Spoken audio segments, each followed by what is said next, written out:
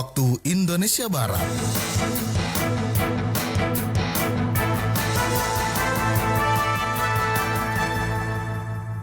Sehijian, inilah RRI Bintuhan 98,8 FM dan RRI Digital.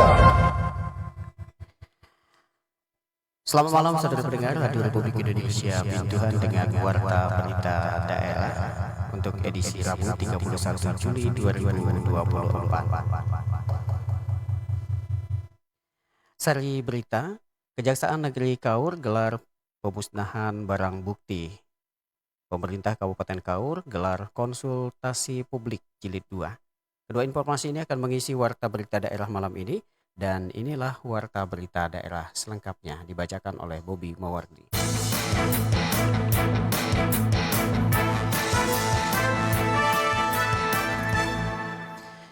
Kejaksaan Negeri Kaur gelar pemusnahan barang bukti. Laporan selengkapnya disampaikan rekan Yan Berlian. Kejaksaan Negeri Kaur menggelar acara pemusnahan barang bukti perkara tindak pidana yang telah berkekuatan hukum tetap. Acara yang berlangsung di halaman kantor Kejari Kaur ini turut dihadiri oleh Bupati Kaur, Lis Midianto, serta para stakeholder terkait lainnya. Kejari Kaur, Pop Rizal, melalui kasih barang bukti Yudi Saputra menjelaskan bahwa pemusnahan ini melibatkan barang bukti dari 17 perkara tindak pidana umum, seperti kasus narkotika, pencabulan, pencurian, dan sajam.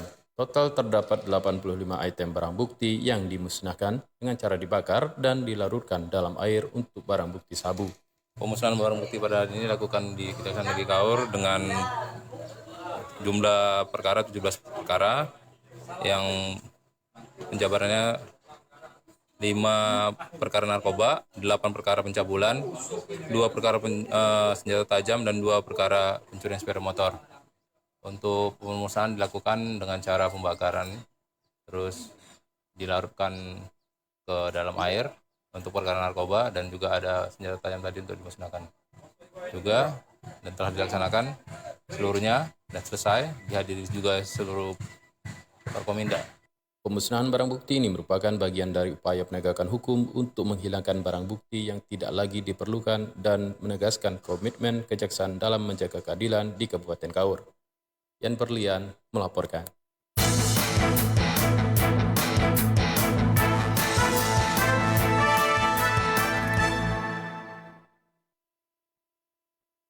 Beralih ke berita selanjutnya, pemerintah Kabupaten Kaur gelar konsultasi publik 2. Laporan selengkapnya disampaikan rekan Lili Rahman.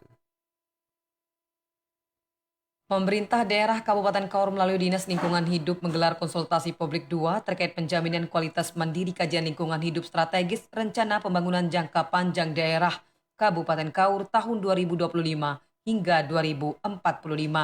Adapun tujuan kegiatan konsultasi publik 2 penyusunan KLHS RPJPD ini terselenggaranya penyepakatan dan pengintegrasian isu prioritas ke dalam kebijakan rencana program atau KRP. Sekretaris Daerah Kabupaten Kaur Ersan Saperi usai rapat mengatakan kegiatan ini untuk memfinalkan barangkali ada masukan dari setiap stakeholder terkait, terutama kaitannya dengan isu strategis, kemudian misi yang telah ditetapkan maupun penajaman-penajaman pada strategis yang lainnya. Sehingga diharapkan nanti dokumen ini betul-betul menjadi pedoman dalam rangka mempersiapkan SDM yang ada di Kabupaten Kaur. Kemudian penilaian kinerja serta dampak yang disebabkan atas pembangunan itu sendiri, sehingga atas dasar dokumen tentu menjadi acuan pemerintah daerah dalam rangka menyiapkan dokumen untuk sampai 2045. Untuk memfinalkan, barangkali ada masukan dari stakeholder terkait, terutama kaitannya dengan isu strategis, kemudian misi yang telah ditetapkan maupun penajaman-penajaman pada strategi-strategi yang lainnya.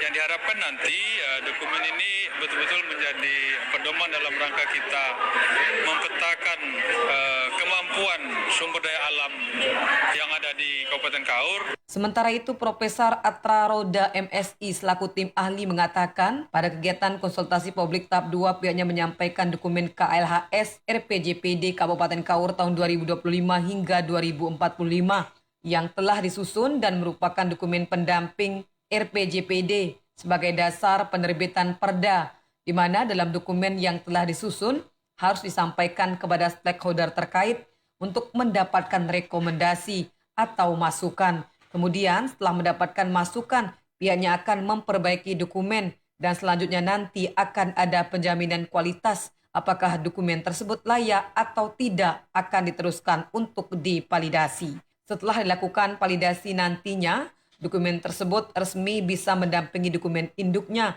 yaitu dokumen RPJPD Kabupaten Kaur tahun 2025 hingga 2045 untuk dijadikan peraturan daerah.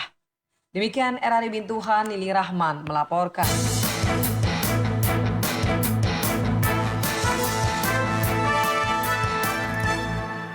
Festival Ayak Mana 2024 diharapkan menjadi event nasional. Laporan selengkapnya disampaikan rekan Rohil Minata. Pasca dilaksanakannya Festival Ayak Mana 2024, pemerintah daerah Bengkulu Selatan melalui Dinas Pariwisata berupaya menjadikan festival ini semakin dikenal lagi ke depan. Festival Ayak Mana yang saat ini masih menjadi kalender event Provinsi Bengkulu diharapkan satu saat nanti menjadi festival yang berskala nasional hingga bisa masuk ke karisma event Nusantara atau KEN.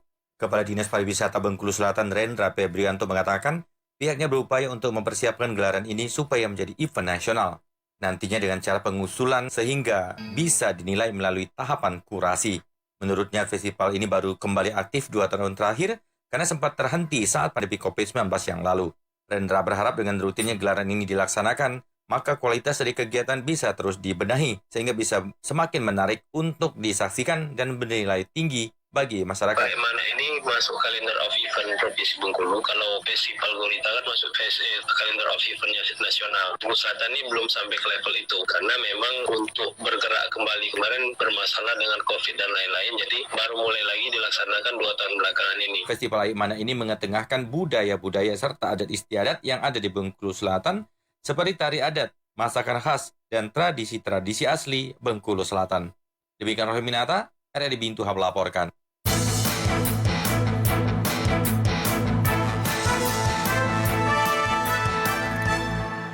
Warta berita daerah ini disiarkan Radio Republik Indonesia Bintuhan melalui FM 98,8 MHz dan Anda juga bisa mendengarkan siaran kami melalui aplikasi mobile RRI.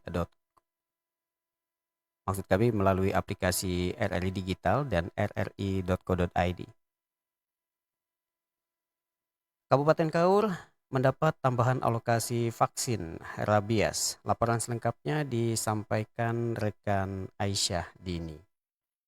Dinas Pertanian Kabupaten Kaur khususnya bidang peternakan tahun 2024 ini mendapatkan alokasi vaksin rabies untuk hewan penular rabies sebanyak 1.200 dosis. Jumlah tersebut mengalami penambahan dari tahun sebelumnya. Kepala Bidang Peternakan Dinas Pertanian Kabupaten Kaur, Rahmat Fajar, mengatakan alokasi vaksin rabies tahun ini mengalami penambahan yang cukup signifikan, yakni mencapai 50% lebih, di mana pada tahun 2023 lalu, pihaknya hanya menerima vaksin rabies sebanyak 500 dosis saja. Meski pada tahun ini alokasi vaksin rabies untuk hewan penular rabies di Kabupaten Kaur mengalami penambahan, 1.200 dosis vaksin tersebut nyatanya tidak sebanding dengan jumlah populasi hewan penular rabies yang berjumlah 21 hewan, yang terdiri dari anjing, kucing, dan kera. Lumayan tapi masih sangat jauh. Memang berapa Pak populasi hewan rabies yang ada di Kaur nih Pak? Nah, perkiraan itu sekitar 21.000 Ibu. Artinya untuk idealnya vaksinasi itu adalah 70% dari populasi. Nah, yang APR ini kan banyak ya. 21.000 itu terdiri dari anjing, kucing, dan kera atau monyet ya, yang dipelihara ya. Sementara untuk vaksin rabies ini semuanya sudah disalurkan kepada hewan peliharaan masyarakat. Dalam pelaksanaannya, Bidang Peternakan Dinas Pertanian Kabupaten Kaur membagi 3 tim. Tim 1 di wilayah Padang Guci, tim 2 di wilayah Semidang Gumai, dan tim 3 di wilayah Maje dan Nasal. Sementara itu dalam penyaluran vaksin rabies ini juga melibatkan mahasiswa KKN dari UGM yang mana terdapat 1 dokter hewan. Aisyah Dini, RRI Bintuhan melaporkan.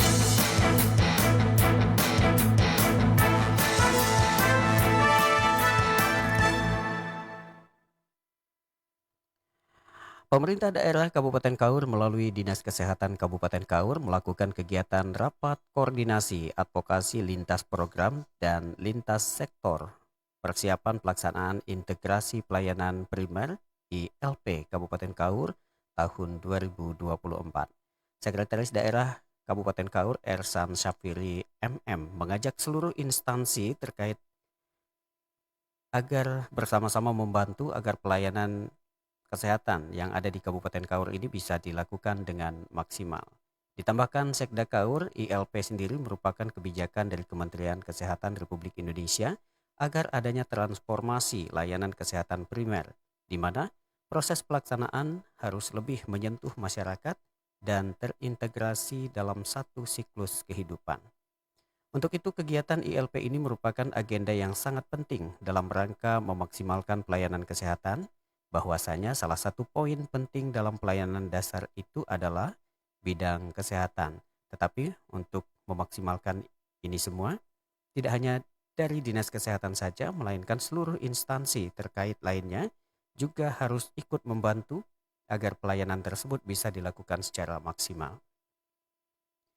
Selain itu, Sekda Kaur menambahkan agar dalam melakukan pelayanan kesehatan itu harus ada SOP yang jelas. Untuk itu, pihaknya berharap kepada puskesmas pembantu maupun posyandu, ataupun sampai kepada rumah kunjungan, semuanya harus punya SOP yang jelas, sehingga nanti penanganannya akan ada tahapan yang jelas. Dan hal-hal yang menjadi kelemahan selama ini bisa diatasi.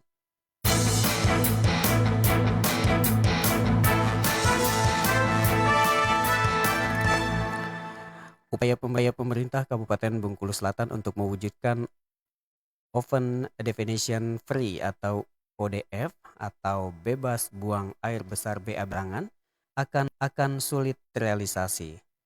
Hal tersebut dikarenakan masyarakat di beberapa wilayah yang ada di Kabupaten Bengkulu Selatan masih sering kedapatan missing idar atau BAB secara sembarangan.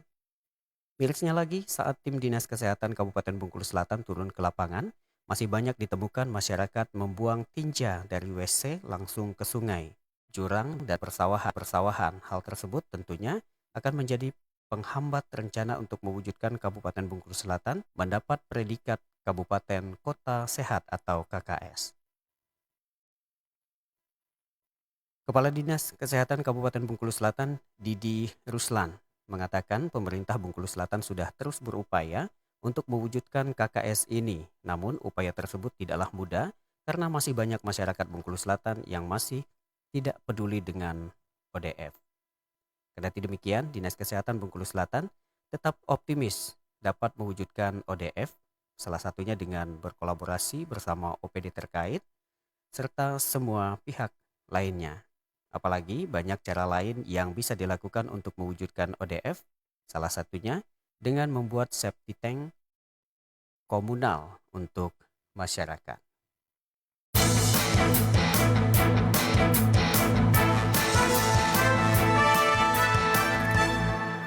Polres Bengkulu Selatan telah menetapkan 8 orang sebagai tersangka dalam kasus pengeroyokan yang mengakibatkan 2 korban meninggal dunia.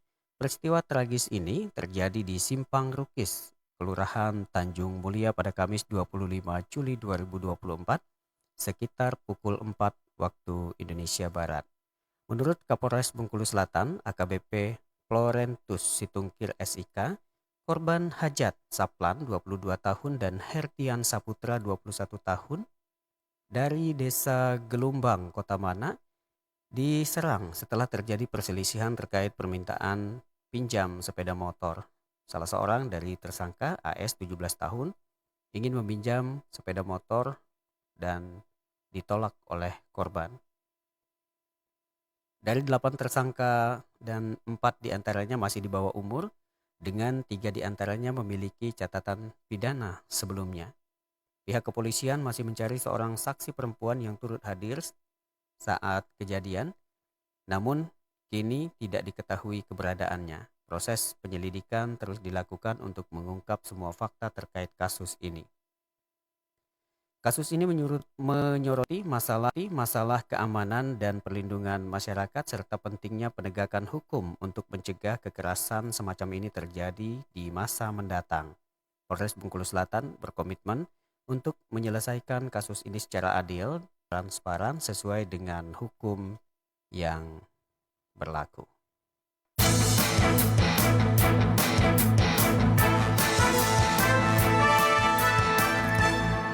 Memeriahkan hari ulang tahun ke-79 kemerdekaan Indonesia sebagai kegiatan sudah dilaksanakan. Seperti di Kabupaten Kaur, kegiatan Pasar Malam Agustusan sudah menjadi agenda rutin meramaikan suasana di lapangan Merdeka Bintuhan. Pasar malam ini sudah pasti identik dengan wahana hiburan yang mengisi dan memeriahkan kegiatan tersebut. Tony, pemuda asal Lampung ini menyediakan berbagai wahana hiburan pada pasar malam ini, diantaranya kincir angin, tong setan, kora-kora, istana balon, rumah hantu, kuda putar, trampolin, dan wahana hiburan lainnya. Menurut Tony, kegiatan pasar malam Agustusan ini setiap tahun dilakukan atau dilaksanakan di lapangan Merdeka dan pihaknya tertarik untuk mengisi kegiatan ini karena masyarakat cukup antusias datang ke pasar malam untuk menikmati wahana hiburan. Sementara itu, koordinator pasar malam Uda C mengatakan, selain wahana hiburan ada juga bazar pakaian dan makanan ikut meramaikan kegiatan pasar malam di lapangan Merdeka Bintuhan. Kegiatan pasar malam ini sudah dimulai sejak 25 Juli dan biasanya berakhir hingga 18 Agustus. Untuk itu, bagi masyarakat yang tertarik untuk berkunjung, silakan mendatangi lapangan Merdeka Bintuhan.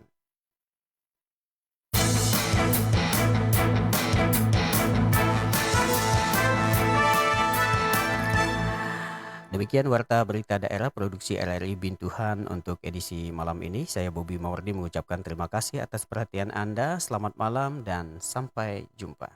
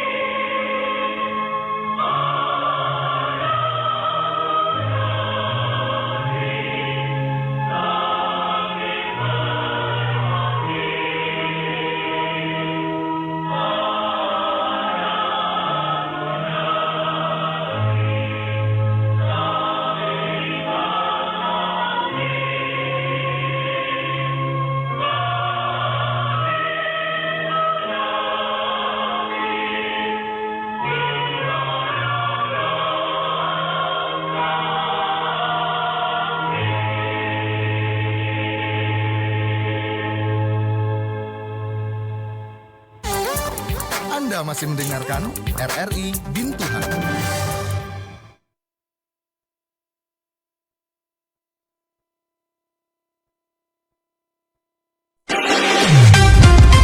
Mengudara dari puncak Pondok Pusaka Bintuhan, Saase Sehijian. Inilah RRI Bintuhan 98,8 FM dan RRI Digital. Aduh, ternyata nggak bener ya info ini. Mana